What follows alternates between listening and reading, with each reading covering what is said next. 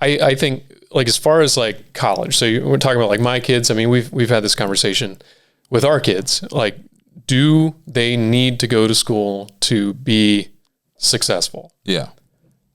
You know, when we were in high school, the answer was absolutely. Like you have to go to school or you're going to be, you know, whatever. Yeah. And today, I think, unless you can graduate school and say, I am a lawyer, I am a doctor, I am a chiropractor, whatever. Yeah. You probably shouldn't go.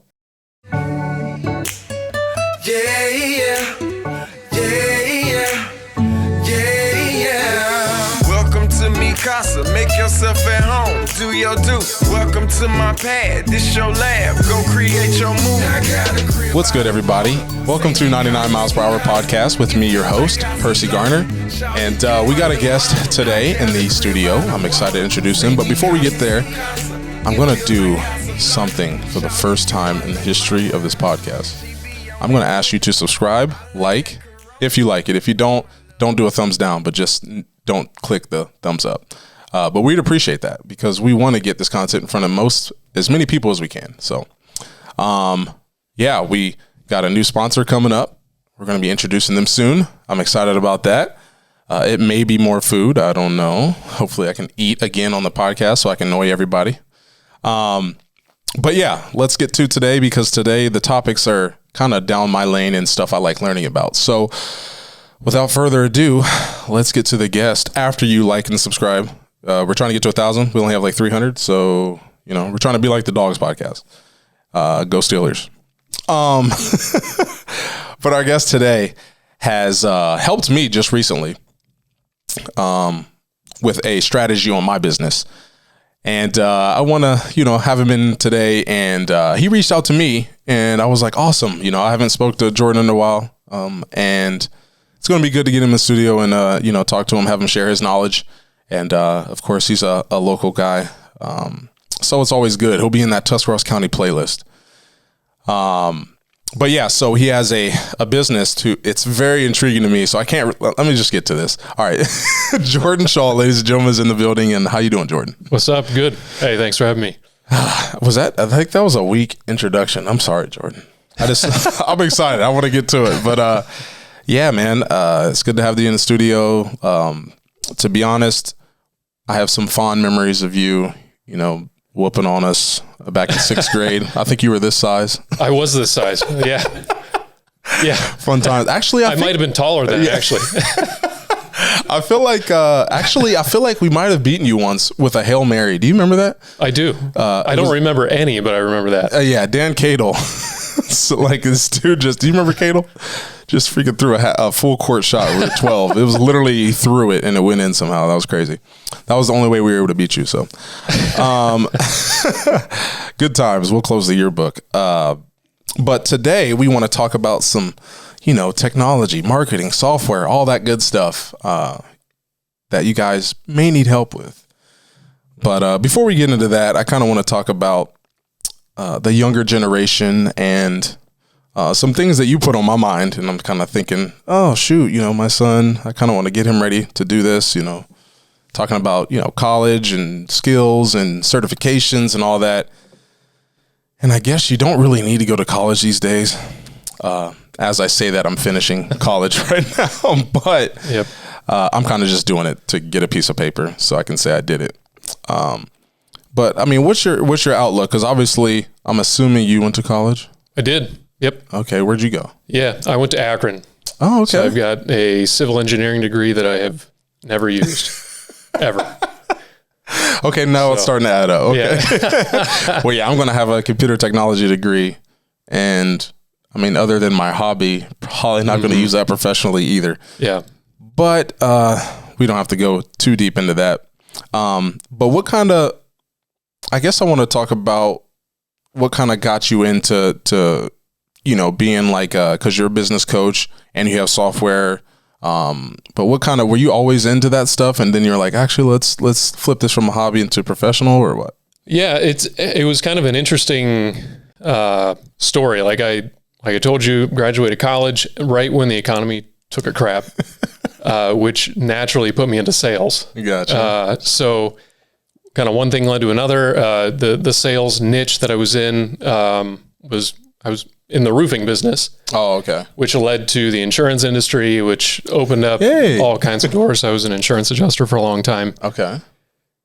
Which was good because it allowed me, like I learned all about commission and, working hard and just, it was a different structure than what I had planned on, different path that I had, planned on. Yeah.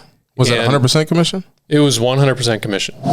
Yeah. And I traveled all over the country, basically chasing storms. Wow. And you were married this whole time? I was married this whole time. Yeah. Right. Thankfully still am. That's a couple challenging months. Good job, Kayla. Right. Yeah.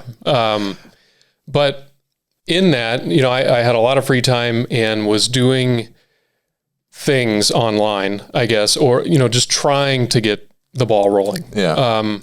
And kind of knew that, in order to reach the maximum amount of people, like, it's got to be online. Yeah.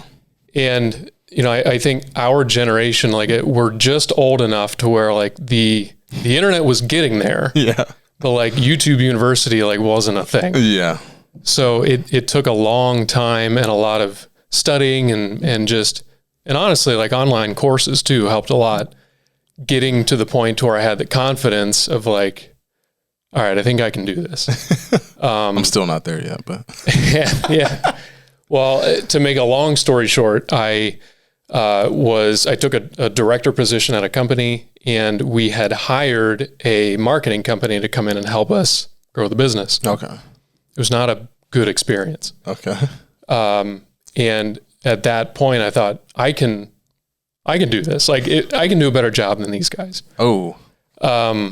And through, just a couple online courses and stuff like that, figured out, all right, like, I'm going to take the leap of faith. And it just so happened that Hurricane Irma hit about the same time, which in the adjusting world, anytime you have a big storm like that, you have an opportunity to make a lot of money in a short period of time. And it basically funded my startup. Oh, okay. Basically. So adjusting was good in a lot of ways. And it's also something you don't have to have a degree for. So I made a decent amount of money in adjusting without a degree. Nice. I didn't have to have a degree to do it. Yeah. I have two brothers that did the exact same thing, made more money than I did. But that basically funded my startup into the marketing and software and all that to where I am now. So That's kind of the short story of that's what's up of where we're at. So that's what's up. Yeah. I had thought originally that I was going to go be a software developer. And I was doing a computer science degree, programming, and I realized, like, this isn't what I want to do. Yeah. It was challenging, and some of the professors at Ball State were not about me playing sports and doing their class. Of course. So, but you would think you're a professor at a university, you're bound to run into an athlete. Some athlete in the history of Ball State had to want to do software development. I would assume. I know a lot of athletes go to school just to, or what did Cardell Jones say? I didn't come here to play school, but some athletes, do. I cared about my education, but it kind of hurt me. But I think I've already shared the story with my academic advisor, how she screwed me over. But for me, I think it took a turn right for the hardware. And I still love software, just not creating it. So now I fall in love with other people's creations. And I know we talked about a lot of software in our phone call, but I mean, can you explain just a little bit about, I guess, your software and how it helps, I guess, individuals and, businesses, not just someone like me who's trying to create my own little, business, but I'm sure if I was at a Fortune 500 company, I could still call your business and ask for some coaching on what I need to do. So just give me a little oversight on what you guys. Yeah. So we have a software called Funnelbolt, and it basically will allow you to easily create a landing page to collect information from your prospects, the leads, whatever. And within the software, you can build communication campaigns with, text, ringless voicemail, email, and you can place those in specific points of your sales pipeline to where it will automate communication to that lead to increase production. Ooh, okay. Love automation. Yeah, there's a lot of other things that it does, but that's basically the core. Gist. Yeah. Gotcha. So awesome. And I know we, like you said, have to be in online to reach more people. And my relationship building skills, I feel like that's one of the best skills I have. Being able to, I guess, expand that and show my personality through the internet is something that I've been it's been challenging because initially, and I think I said this before too, that, social media, I kind of looked at it as like women kind of like the social media thing. This was back in like 2010 when I got into the scene, and professional athlete.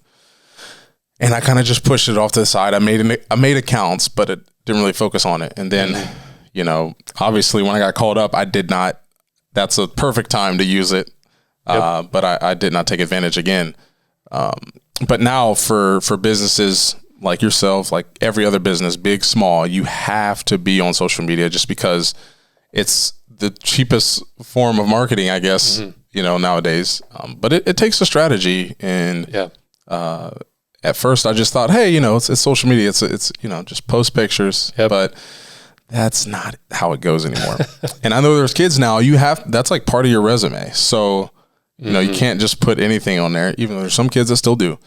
I think if you were growing up, I mean, that would be like your portfolio of whatever you want to do or something like that. I mean, with your experience on social media, and I know you're not directly like, hey, we don't, you don't focus on that, but can you just share what your business does with social media at all? If that can, benefit me at all. So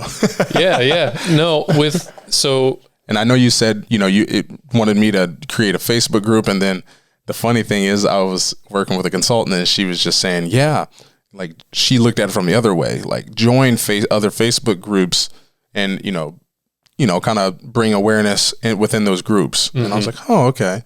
But sure. Sorry, I cut you off. No, that's a good, it's a good strategy. And it all depends on what you want to accomplish. Right. So, the way we use social media, and for our clients, we have marketing clients, and then we've got people that are in the marketing industry that use our software. So we kind of have like two different things going on. So gotcha. Social media for us is a tool that allows us to target the right people.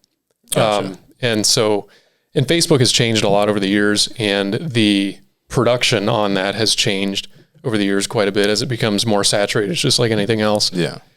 And new media becomes available, like TikTok and all that kind of stuff. Stop making new social medias, please. But go ahead. Yeah, right. Yeah, exactly. But we use social media to target our audience and then retarget our audience. So within Facebook, you can, on the back end of Facebook, so on the business manager side of Facebook, is where it will allow you to set up all of your audiences and target the people. Like, when we're talking about, I don't know, Halo Top ice cream. Yeah. I guarantee you within 48 hours, we're probably going to get ads for ice cream on our phone. So that's how all of that works. When you set up different audiences, you can tell the media platforms to find those people. So we use the platforms to find people. Our marketing clients, we will find their customers to bring them more business. And for our software, we will find our ideal customer to grow our business. Nice. So the organic side of social media, at least Facebook, is less favorable. So unless you've got a massive, massive following to start, it's going to be less effective for you. But you can grow that by paying. You pay to play, more or less. And you can kind of grow the organic that way. So we use social media as a tool. Gotcha. So, well, I'm trying to do that more as well. So I'll be focusing on that. But I kind of want to get back to before we dive more into the business coaching and you kind of already gave us your path and stuff like that. But I want to kind of touch real quick on the younger generation. And I talked about how social media is like a resume now, and we touched on not really needing a degree. But so if one of your kids, say your 8-year-old, is like, you know what, Dad, when I grow up, I want to be a chiropractor. Mm-hmm. Even, and we, ironic enough, we just had a chiropractor on the show last time, but even for a chiropractor, most people would think, oh, you don't really need to be on social media. But I think from now on, that's just, it's a part of your business. So if you want to be a chiropractor, what kind of, like, how would you, I guess you have to go to school for being a chiropractor though. It doesn't work. Dang it. But let's say something what my son wants to do, and that's be a YouTuber. So obviously that's social media at its finest. It's, people don't look at it as social media, but it is one of the very early ones, even before Facebook, even though it wasn't always what it was. I think it blew up whenever Justin Timberlake revealed Janet Jackson. But I don't remember that. But you remember the Charlie Bit Me video? Yeah. Yeah, okay, of course. Everyone remembers that one. So I had to throw that one in there. But okay, so if he wanted to be a YouTuber, obviously it doesn't require college, but it still is work. I don't think a lot of people understand. Yeah. Being a influencer or a content creator is still a lot of work. So if you want to do something like that, I mean, what guidance would you give him as a business coach? Well, okay. So I'm not a YouTube expert. Yeah. I would not be the right coach for somebody that wants to grow their YouTube following. I mean, check out my YouTube following. I think I have like 4 subscribers. We've got more than that on our software, but I think, like, as far as like college, so we're talking about like my kids. I mean, we've had this conversation with our kids. Like, do they need to go to school to be successful? Yeah. When we were in high school, the answer was absolutely. Like, you have to go to school or you're going to be, whatever. Yeah. And today, I think, unless you can graduate school and say, I am a lawyer, I am a doctor, I am a chiropractor, whatever. Yeah. You probably shouldn't go. Yeah. So the trades are kind of where it's at. And as far as like anybody that wants to do anything online, you have to be consistent. And like the last thing I want to be is, the Gary V of whatever with no credibility. Yeah. But you have to learn the business. It doesn't matter if you want to create music. It doesn't matter if you want to be on YouTube. Like, you have to learn how that business works. So anybody that wants to be successful on YouTube, you should probably study people that are successful on YouTube to figure out what they did, what their path was. And of course, the game today is different than what it was, years back. Like, I was listening to an interview of Steven Crowder, who's got like 5 or 6 million subscribers on YouTube. And he basically said that I paid YouTube for impressions and people were sharing it and it kind of went viral from that. Well, those impressions now are way more expensive than what they used to be because everyone's doing that. So you have to find creative ways to get your content out there. But like the most important aspect of it, and just like a product, if your content's good, people are going to share it. Yeah. If your product's good, people are going to share it. If your service is good, people are going to share it. So that would be like, at the end of the day, that's the strategy, right? Like, have a good product.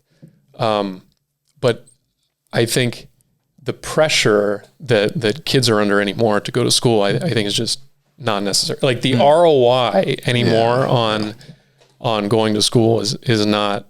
Yeah. I don't know if it was there when we were in school. They pushed it like it was. But like, I can tell you, it ain't worth it. Yeah, and I don't know if this is like a set in stone stat. This is just what I heard, and I've done a lot of unintentional research. But typical inflation in the real world is 3%, but college is just double that. So it just doesn't add up. And it's obviously that's going to end up being a road where, okay, this is getting out of hand. Yeah. But for me, I guess a better example would have been maybe a financial advisor or someone who does financial. And I know that's kind of like for certain people, financial advisor is like a sore. You don't want to say that, but you don't necessarily have to go to college for that. Obviously, to be an accountant, yes. But if you want to be like, I could have got my Series 6 license, and obviously I have my life insurance license. You could, do that. But obviously, one-on-one relation is great. But if you're on social media giving tips on certain things, and it's quality tips, and you're showing that you care and you're consistent, because I'm not, I'm working on that.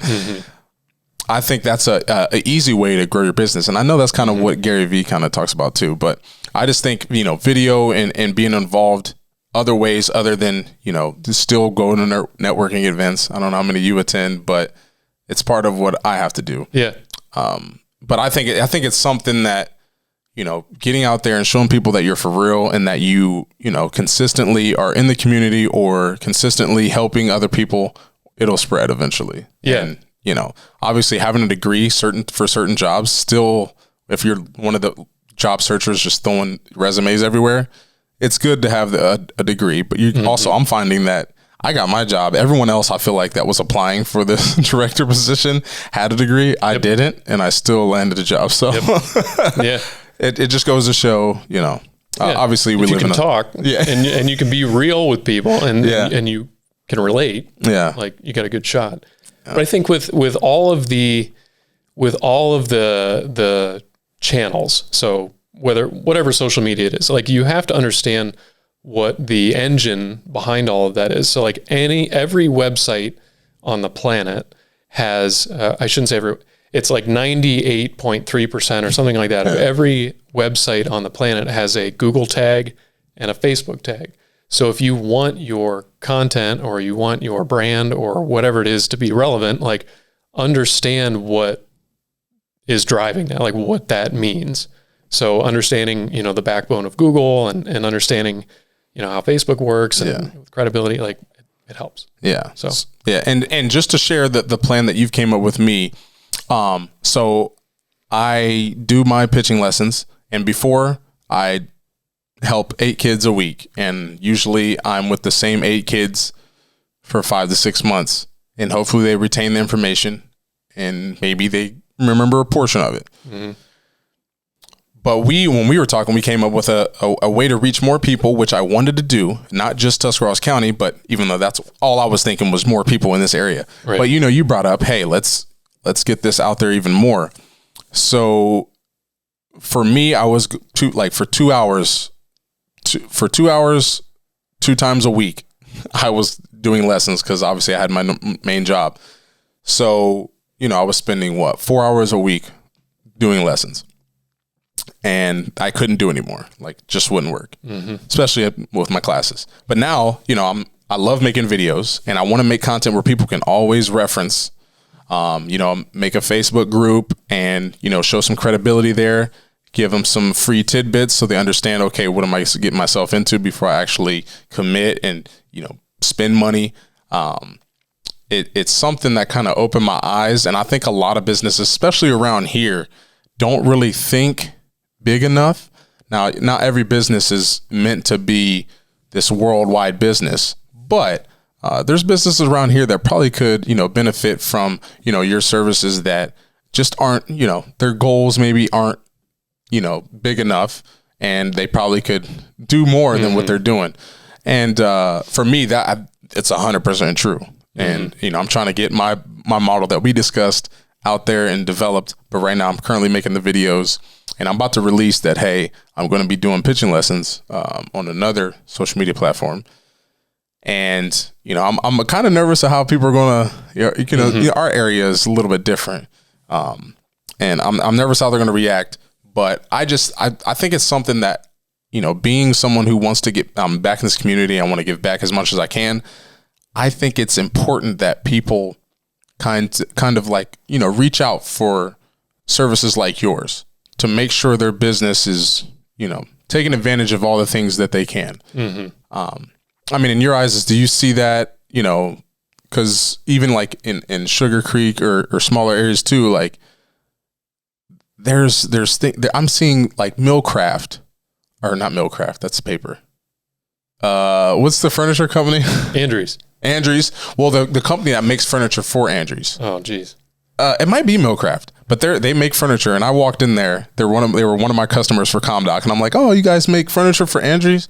They're like, yeah, and 300 other companies around the world. And I'm like, what? In Sugar Creek? What the heck?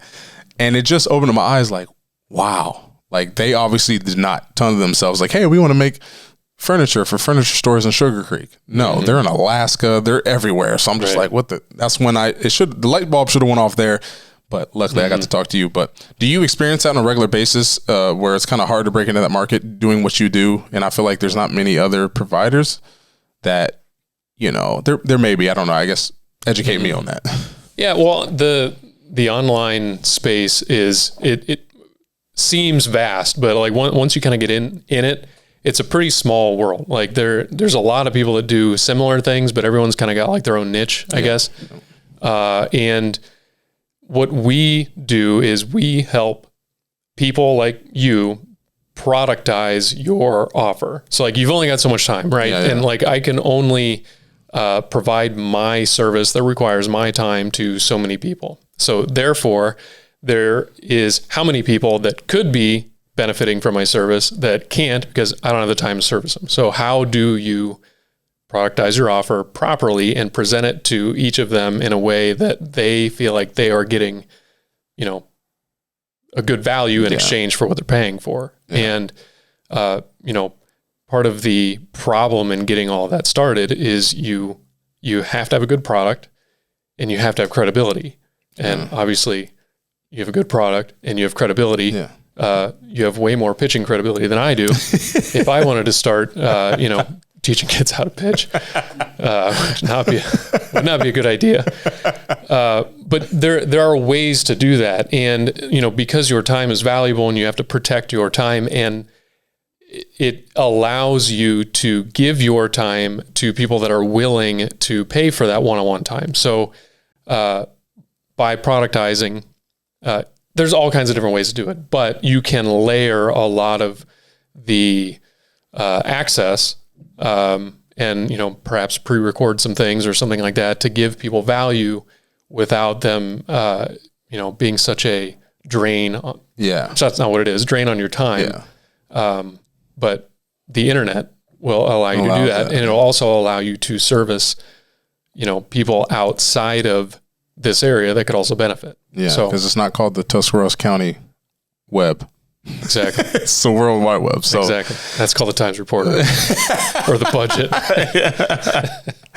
Awesome. Well, so obviously you've done all this, and before we, start to wrap up stuff, I kind of want to, because you're a family man on top of all this, we mentioned, you were married through all the traveling and all that. And, obviously the internet has allowed you to, I guess, cut a lot of that traveling down so you're able to be with your family more. And then you obviously help people do that as well. So, family is something I like to talk about, but I feel like I haven't talked about much lately on the podcast. Have I, Josh? I don't know. But obviously family is always important. And I'm almost on the belief that, people are like, work family balance. I don't think it exists. I think, early on is when you need to just, work 60, 70 plus hours a week. And if you're fortunate enough where you don't have to do that and you can still support your family, because not everybody's end goal is to be a millionaire. Now, I would love to be able to retire and not have to worry about anything. That would be great. But when family gets involved, my main goal is just to be able to be there and still support the family. So for you, how have you, I guess, did your strategy to where you could be that for your family? Because I'm assuming you got 4 kids, and, I'm sure Kayla wouldn't put up with long distance for too long. I know me and Krista did about 7 years of it. So maybe actually more than that, but I was lucky that she stayed. So however you're able to. I think we all are lucky that they stay at the end of the day. True. But I know Josh is, kind of did that, but he, I don't know how much you traveled at your last job, but this allows you for freedom. And then my sister-in-law, who was on the show talking about marketing and stuff, I get jealous of her post. She's like, oh yeah, a month of content's done. And, and she's about to have a baby. And she, just seeing people with those type of work ethics and can get done, and they're working smarter too. I'm jealous. I'm like, man, how do I do that? But how have you done it, I guess? I haven't. No, it's tough. Like if you want to have a quality business, it depends on where you're at too. Like if you're starting a business, you're in a completely different category than somebody that is either inheriting a business or buying a business or, whatever it is. And, I elected to start a business, which I think if I would go back, I don't know if I would have done the same thing. Cause how long ago was it that you started it? 2017. Okay. So you're definitely not in that stage where you're like, all right. Yeah. It took me my first year, I made $23,000. Okay. And then, it took me about a year or so to like, all right, I think we can do this. Okay. Good. But I don't know, like, obviously that answer is different for everyone. And I could even use, it's like my brother is a complete opposite of what I am. So I got married. We were 19 and 20 when we got married. So been married, this whole time.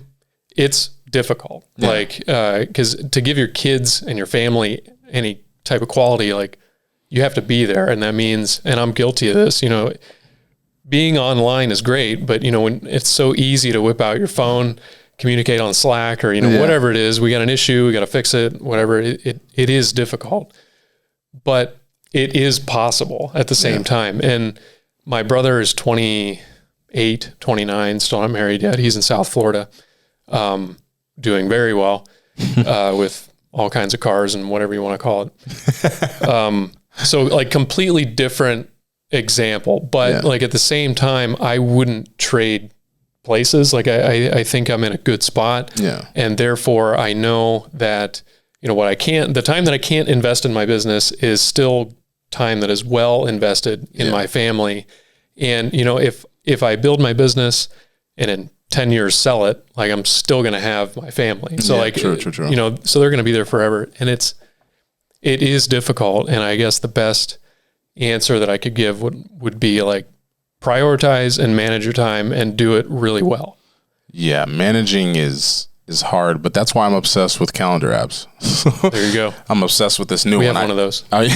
Do you? Okay. So no, you don't? We do. Oh, it's an appointments. It's not the same. It's an appointment setting app, but okay. It works within our software. Oh, okay. Yeah. And it starts with an F funnel. Funnel Bolt.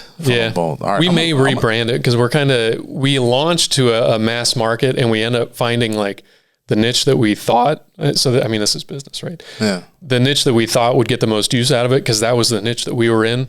We're finding a new niche that, you mentioned something about sales funnels and they're like, they don't know what you're talking about. So at any rate. Yeah. And I was just in that and I was, we were using Salesforce. We had a customized software that I did not like. Mm-hmm. And now that I'm the executive director of the Rainbow Connection, one of my favorite things is I get to decide what software we use. And I'm just like, when you're working for a Fortune 500, there's just like, here's what you have. Yep. We didn't even have Office 365. We were given like old Outlook and old Excel just because they didn't trust us, which someone did get hacked. So I guess it makes works sense. Best if you bootleg it. Yeah. And I've always, I don't know if I should admit this, but I've always like bootlegged or cracked software. Because now I don't use Adobe anymore because I edit video, but I used to crack Adobe back in the day when it wasn't subscription. Mm-hmm. And now it's subscription and it's too expensive. It's really expensive, but it works. Yeah, it does work. It works. People pay it. Yeah, but I'm on that DaVinci Resolve, baby. There you go. Come on, Josh, join the team. He said, I'm good. But yeah, so I'm, obviously it was great speaking with you and getting some of your information and your experience on being a business coach and dealing with software. And, maybe sometime we'll have you back on and go deeper into software because I like that stuff. I don't know if my audience does, but oh well. But I do want to dabble real quick in like, I guess, goals for, your business. And I don't know if it is your goal to sell your business in 10 years and then just be, retire at the age of 40, whatever, and just be with your family. That would be amazing. But, and then also how are you involved with the community? And, are you in Dover, New Philly? Are you out in Sugar Creek, Dundee area? Or where you at? Yeah, I'm in Winfield. Oh, okay. So yeah, neither of the ones I local. mentioned. Okay, Winfield though. Yep. With dreams of South Florida. Oh, really? At some point. Really? My brother lives there, and it's nice to visit. So I lived in Clearwater for a little bit. South Florida is more towards like Miami-ish, and not because I was on the Gulf. Yeah, he's in Delray. Oh, okay. A little north of Fort Lauderdale. Oh, okay. Yeah, I still think about when I turned down the scholarship offer from Florida Atlantic. Just like, gosh. I saw that. It's so much nicer down there than it is here. Like, you can't even. But I didn't know. I was in love, and I was like, Florida, that's too far away from Krista. I can't do that. Yeah, high school kids, don't fall in love too early. No, I'm joking. I think both me and you. Oh, it was totally worth it. You know it. Yeah, it was. It's easier. You know, all your friends are 30. You're like, dude, I don't know what I'm doing, bro. And your life's been figured out for 20 years by then. So, yeah. But I think it's something that, you know, obviously my goal was to come back and get involved in my community. Like, is there any creative ways you're getting involved, or is it, you know, just normal stuff, helping out where you can? But how are you involved in your community, I guess? Yeah, that's a good question. I have been pretty under the radar, and almost intentionally, I guess. The first couple clients I picked up were local, and I still have a few of those, which is nice. But I guess what I found in the business that I'm in is it's nice to pick one niche and just be really good at that one niche. And there's only so many, you know, people in this small area. So business wise, that's kind of in my marketing business. That's kind of how that has worked. We've got clients all over the country, which is interesting. But my goal in what we're doing now, and kind of like well, we talked about this in the beginning, kind of helping businesses even in this local area or not, like productize their offer, kind of get up to speed on, you know, it's 2021. And, you know, and at least, you know, at the very least, pointing them in the right direction. You know, you're doing this, you've been doing it for 20 years. You're wondering why sales aren't what they were, or why turnover is what it is. Yeah. Don't be like Blockbuster. Check this out. So there's new stuff you got to do sometimes. Yeah. And it's not, I mean, it's not a one size fits all solution by any stretch. You know, every business is different. But there's a lot of improving that could take place in this area in particular. So I don't know. That's a good question. I haven't been as involved. My kids are, you know, just starting in school and stuff like that. And that maybe that'll be the catalyst. Yeah. But you gonna coach your kids? I have no credibility. You sure? Yeah. Where will they go to school? Garraway? We're on the fence. Like the Dover and Garraway buses literally like split. Oh man, where we're at. So you got Kayla, Dover, you, Garraway. What's it gonna be? Yeah, I don't know. We might even homeschool. I don't know. Oh, okay, okay. I'm not am I allowed to say that here? Yeah, you're allowed to say it. I don't know. I'm not. You're allowed to say whatever you want, except, you know, as long as you don't talk about like politics, president and stuff. Oh, I don't want to. Yeah, that's not productive. Yeah, that's not what I want to talk about on this show. But yeah, no, I think for this time, so we homeschooled last year. So last year was like very atypical, of course. So which we were thinking about doing it before, you know, everything blew up. But what I was impressed with was the amount of time wasted at school. So like my wife was teaching them, and sometimes we'd even have like my grandma retired as a teacher for like 34 or 35 years, something like that. Wow. So she would come in and help or whatever. But I mean, they could get everything done in like 2 hours. Yeah. And then it's more time to play, more time to do like life skills type things. So see, that's what I needed. We did enjoy that. I needed life street smart classes. Yeah.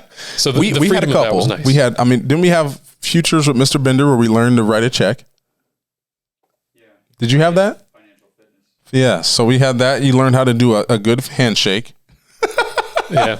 So it's like, those are life lessons. Like one class, right? Yeah, it was one class. I think I had one class. It was Mrs. Murphy that taught. It was like accounting or something like that, where it was actually like writing a check, balancing a checkbook. It's like nobody learns anything about credit. Nobody learns anything about making money. Nobody learns anything that is actually valuable. Like it's insane to me. It's insane. So like, what, you mean calculus isn't valuable? Right.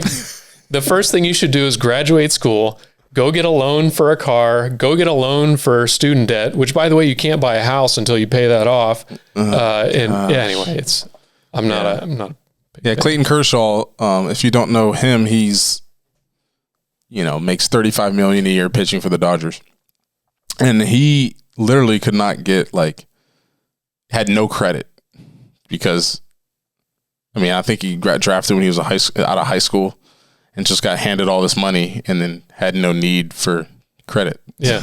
Well, so what's funny about credit is when you have no debt, you have no credit, which makes a ton of sense. Yeah. I just know when I was graduating, they were like, credit cards are the devil. But then luckily I had a mentor that said, if you are responsible and know what you're doing. What about Dave Ramsey? They're a good tool.